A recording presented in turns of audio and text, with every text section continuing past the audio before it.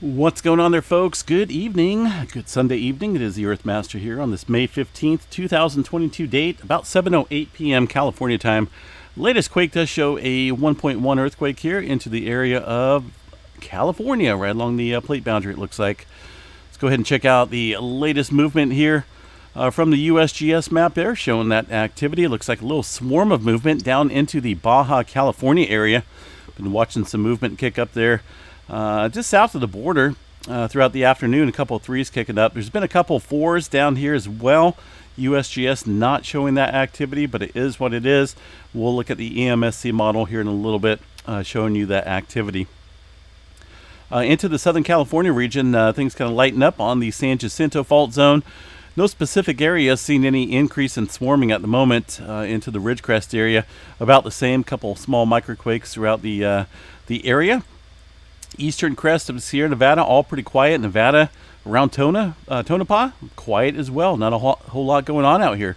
In the big Smoky Valley, right around the Candelaria Hills, not a whole lot going on out there in the desert.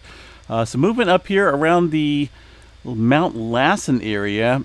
This earthquake here was from this morning. It was a 2.0. I did want to pull up the latest info here from the USGS Lassen Volcanic Center. This is a pretty cool site to monitor the volcanic activity. Gives a little bit of information on this volcano as well. Most recent eruption was back in 1914 and 1917. So it was a pretty cool looking site. I've seen images of when that volcano did erupt back then. They got quite a few images there at the Lassen Visitor Center as well. So if you ever get out here along the West Coast, make sure you come up here to the Mount Lassen National Park area. Pinning, it's not erupting, right? So what do we got? A couple areas here. We're going to check out of course, the current status is green. It is common to see some earthquake activity out there. And right now I was looking at the seismographs, the recorded seismographs, and there's a couple. Looks like a couple more than what the USGS is showing here. You got 1, 2, 3, possibly 4 earthquakes or so. Maybe 5 throughout the last 24 hours in this area of the park. Let me see. Yeah, make sure you guys can see that. Sometimes when I open up the window here on these external seismographs, it doesn't actually show it when I'm recording, but everything looks good. For now, it looks like everything's working as it should. At least on that seismograph station. Let's go ahead and check out a little bit further south here. You can see about the same activity. There's definitely a good handful of earthquakes around the Mount Lassen area. And again, just like Mount St. Helens up in Washington, it seems like about they report one earthquake for every 15 or 20 of them. So I just find it rather odd because these are definitely distinct earthquakes here showing up at the national park up there at Mount Lassen. Go ahead and check out another one here towards the southeastern corner. This one's pretty tuned down. Not seeing anything pop up here, but then again, the sensitivity on this seismograph station is not as it should be. Let's see what we got down here. That one's not working. So there's a couple different, here's another one showing some activity as well. Looks like some earthquake activity being reported on this one. So it's definitely somewhat earthquake. It's definitely earthquake activity when it's showing up like that across the park. GPS stations here in the region. I know there's a couple of them. Let's see what we got here. There's the stars are GPS stations. GPS P666. I don't know if I want to click on that one. Oh, what the heck. Let's see what we got here for displacement. This only goes back to about June. Not for sure why. Let's see what else we got. 664. About the same thing, June. Not for sure what's going on there. In that aspect, I can always go here to the other GPS stations and see for myself here. Hopefully these are working. I don't know if these are the same ones or not, but for whatever reason, yeah, 2020 on that one. 2020 as well. Not for sure why we don't have any recent GPS. Here we go. Here's a little recent GPS activity. Eastward trend going down, northward movement roughly about the same, although in the last couple months it looks like a little northward adjustment. Vertical displacement, vertical uplift in millimeters looks like a pretty good subsidence. Sometimes we do see periods where there's increased activity, but it looks like over the last couple months of this year, about the same far as declining goes. So not anything to worry about whatsoever as far as the data goes. For now, they're at Mount Lassen. Let's go ahead and see what else we got here in the area. We'll go back up to the Pacific Northwest and see what is, or maybe what's not going on. Mount Hood had a 0.1 little small microquake. Mount St. Helens showing no activity up there on the map today. For that aspect, we'll go ahead and check out the tremor map, which is the 15th. And it looks like we got a pretty good amount of tremor today again. 410 epicenters of tremor. Looks like it's spread out between Northern California and the Vancouver Island ranges. That's a pretty good amount of tremor activity. Okay, let's check out the Mount St. Helens seismograph station here. And we'll see what these guys are not reporting, or maybe they are reporting 0 earthquakes. So we will see. See, there's that signature again. Looks like this one's kind of a newer one. Let me go back here to the previous day. See when this is going off. Just an odd signature there at Mount St. Helens. I've checked the GPS stations and whatnot, and they all appear still shows a continual subsidence of the Mount St. Helens area. So there's a little weird signature between. It looks like about 1:01 UTC time. There's earthquake activity. That's an earthquake as well. And here's a little weird signature in that graph as well. But you guys see this? Hold on a second here. So we got 0:120. Got to follow that back. This almost looks like something's coming on. And no, this one's a little bit earlier. But sometimes I watch for, like, if they're running machinery, maybe there's a generator or something comes on for an hour or so, or 20 minutes. I don't know. But I've been seeing this weird signature pop up over the last couple graphs here, and just not 100% certain it's any type of volcanic activity. Going to continue to watch it, and then we get a little signature like this that's pretty much drawn out for a little while, and then it automatically stops here. So that's kind of an odd reading. It kind of looks like an adjustment reading on the seismograph station. If this was any type of like ground movement or magma movement, intrusion, it would continue on to the next level here, which would be the black line, but it's not. So not for sure what that is, some type of adjustment. But earthquake activity, yeah, there's a little bit of it over the last couple hours, and also throughout the afternoon time frame. Oh man, almost forgot about that lunar eclipse tonight. We got some clouds coming in, unfortunately. Got a whole bunch of high clouds that's kind of obscuring the eastern sky. But I'm still going to try to get out there, see what I can get. Darn it, it was 95 degrees and sunny. The evening time, got clouds coming in, going to block the lunar eclipse. All right, let's see what else we got here. Yeah, not a whole lot going on throughout the Pacific Northwest. We checked out the seismograph stations. A couple of small earthquakes around Idaho and Montana. Yellowstone, I did see another earthquake up there on the eastern side of the park once again. And been noticing that over here, kind of where they had that 4.2 a few days ago now. That 4.2 did make it onto the map. Really something you can't hide. When there's a 4.2 out there around Yellowstone, it shows up all over the place. So this activity, looking at a couple earthquakes over here, excuse me, along the eastern section of Yellowstone National Park. And this one's definitely a well-defined one and a little bit larger than that prior one, the first one. So look at these signatures right here. You can see them showing up here on that seismograph station. The promontory also picking it up. Not for sure what that is, folks. Sometimes it comes and goes. I don't know if is there still snow up there? Is there ice? I don't really know. What's the temperature up there at Yellowstone National Park right now? But it does look kind of odd. But either way, these earthquakes are definitely legit. Let me go back here. But I'm not for sure exactly where they're occurring or how deep they are. But they do look to be centered around, even though the east entrance isn't picking anything up, I don't even think it picked up the 4.2 a few days ago. But this little earthquake activity definitely showing up on some of these seismograph stations. And also over here as well, you can kind of see a little glimpse of those two, but not as prominent, not as defined. But that tells me still, though, that there's definitely something going on there on the eastern side of Yellowstone National Park.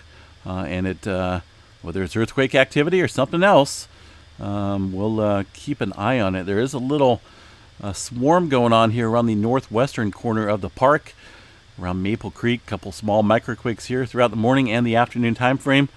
And GPS stations, too. You can go ahead and check out this site.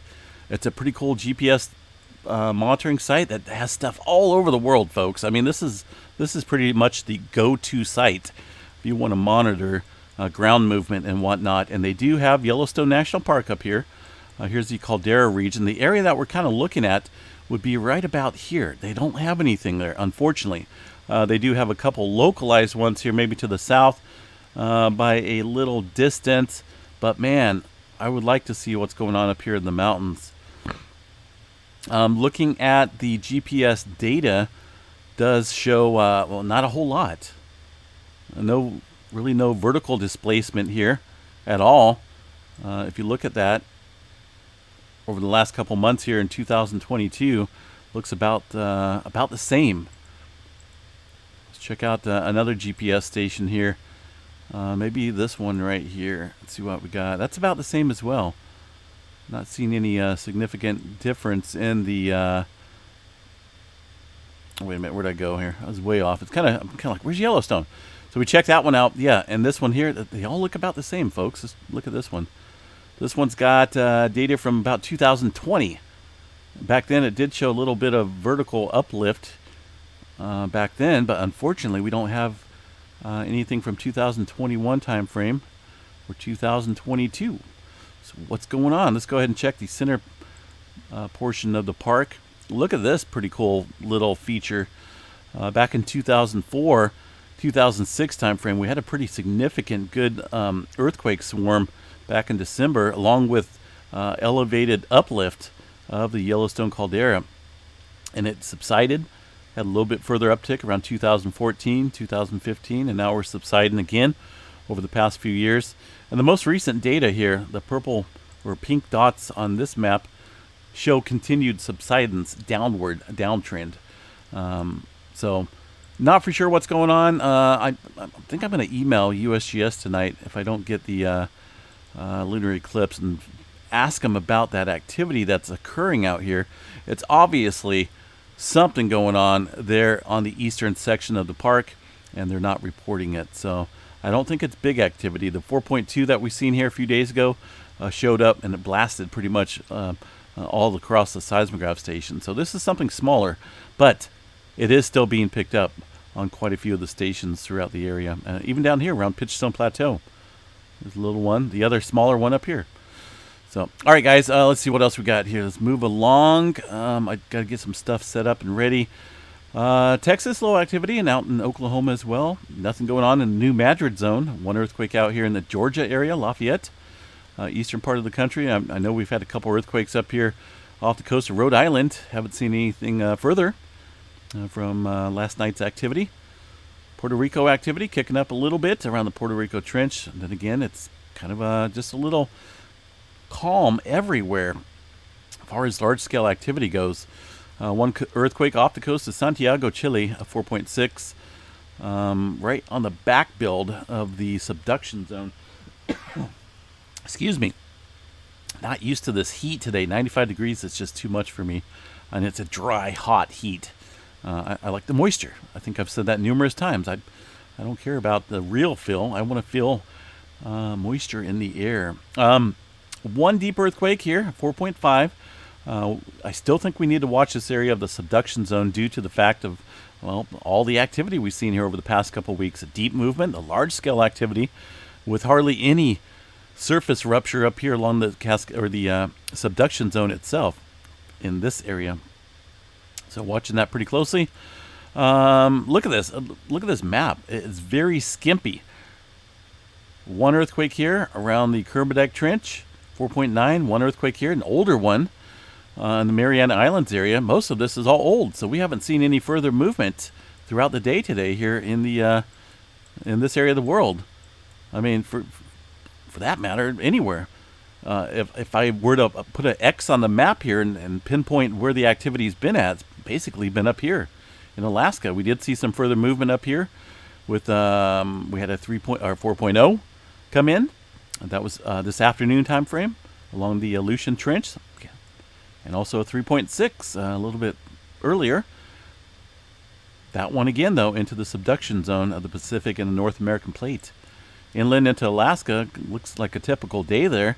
Getting some noticeable quakes way up north here off of Point Hope, Alaska. Very shallow movement, 2.3 at 1.9 kilometers there, the northern section of Alaska. So a little bit of uncertainty as to what's going on here with this pause in the activity. And a lot of people were asking me, well, what do I think about the lunar eclipse and plate tectonics? Do they have a relationship? Are we going to see earthquake activity ramp up? Well, who knows? I think we see a lot of lunar eclipses throughout the time frame, throughout the years. Sometimes we have earthquakes when they're happening. Sometimes we don't. So I guess we'll see how this runs tonight during that event, which is about 8:30, about an hour away my time here along the West Coast. I'm hoping I can see. I really do. Let's check out Earthquakes Canada, see if we got anything going on here in the northern part of the North American plate. Nope, still got that one from yesterday, that 4.5. That was the last one up there. So no further movement here along the western coast or inland. Everything looks kind of calm, cool, and collected for now. Let's check out the space weather events. We do have low activity possibly coming in tonight. It looks like an elevated KP index storm, possibly 3 to 4 range. But we'll see if that holds true. After that, things look pretty green as far as storming goes. I know we got a massive amount of sunspot activity coming around the bend, and it's lighting up. Got quite a few of these flares about ready to pop off. Beautiful sunspots that are rotating into view, and they're giant. These are some huge sunspots. Just one, I mean, look at that. That thing is huge. Almost takes up a quarter of the sun. Holy smokes. But you got to remember, though, the dynamics of the polarity of the fields. Right now, getting a little close intermixing here, 3007. And then around the bend up here with these new sunspots. One got named 3014, one 3015, and then behind that, another huge sunspot. Super big. There is some intermixing there. I can see those. But we'll have to take a look as it gets closer into view, rotation into view. But, man, I think it could be pretty interesting here in this coming week. Pretty active, let me tell you. For now, though, the solar flare detection chart here showing the 1 minute data. Pretty much a consistent C activity there around the C flare category throughout the day today. Not a whole lot going on. Looks like the probability index here, almost 99% C flare probability, right? Well, we're up there in that threshold. M flare around 35% chance, and only a minimal 10% chance of an X flare. So we'll see if that changes. Looking at the speed, here's that speed kind of ramping up. That could be possibly, well, of course, we did see that KP index kick up around 4. That's the cause of that. Also, the density kicked up from a coronal hole. But everything looks fairly stable. No tilts in the BTBZ zone, even though the speed is elevated right now.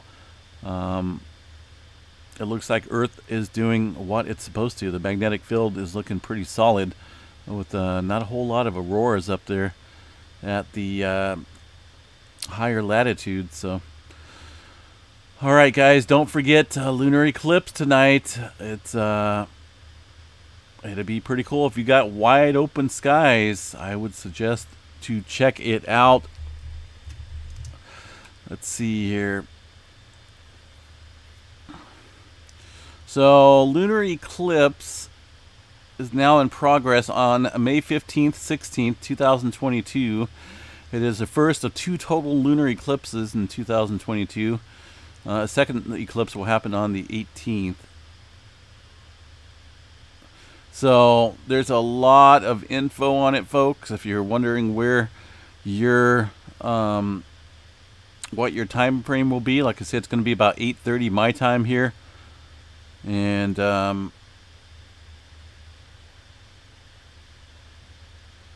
yeah. Let me see here. Yeah, we're not going to go into all that, but definitely pretty cool. I'm going to try to get out there and see it. Even if we do have cloud cover, I think it will be cool to see. So check it out. Like if you're in a different time zone than Pacific, then like mine is 8:30 when I want to be out there. Definitely check on yours to see when you're supposed to be out there to possibly be able to see it. Looks like totality is going to be 84 minutes and 53 seconds for totality. This is the May 16, 2022. So that should be cool. Pretty neat. It's supposed to be a little blood red type color to it. A little tricky to get shots of that, but it's not impossible. You got to have the right manual settings on a camera. Looking at the European model here for the EMSC, there's some of that earthquake activity ramping up here into the Gulf of California. Let me bring it up here a little bit so you guys can see. It's going to be this activity right here, cluster of 3s and 2s, and a 4.2 in the mix as well. I know the USGS did not show that, but it is in there. And little area to watch possibly. The rest of the globe, though, or the map is, like I said, pretty quiet as far as 4.0 and above goes. There's always earthquake activity going on here, South America, and the around the Philippine Plate, Middle America Trench. But when you talk about some large scale, or at least 4.0 and above, it's pretty quiet.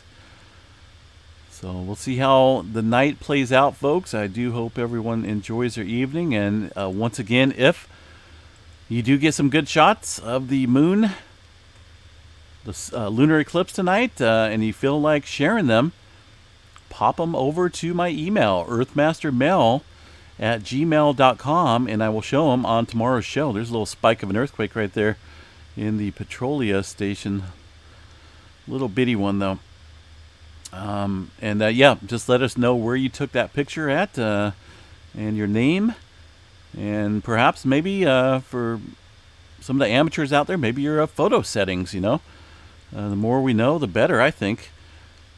But like I say, I will definitely try to get out there myself and see if I can't get a couple shots of that moon tonight as well.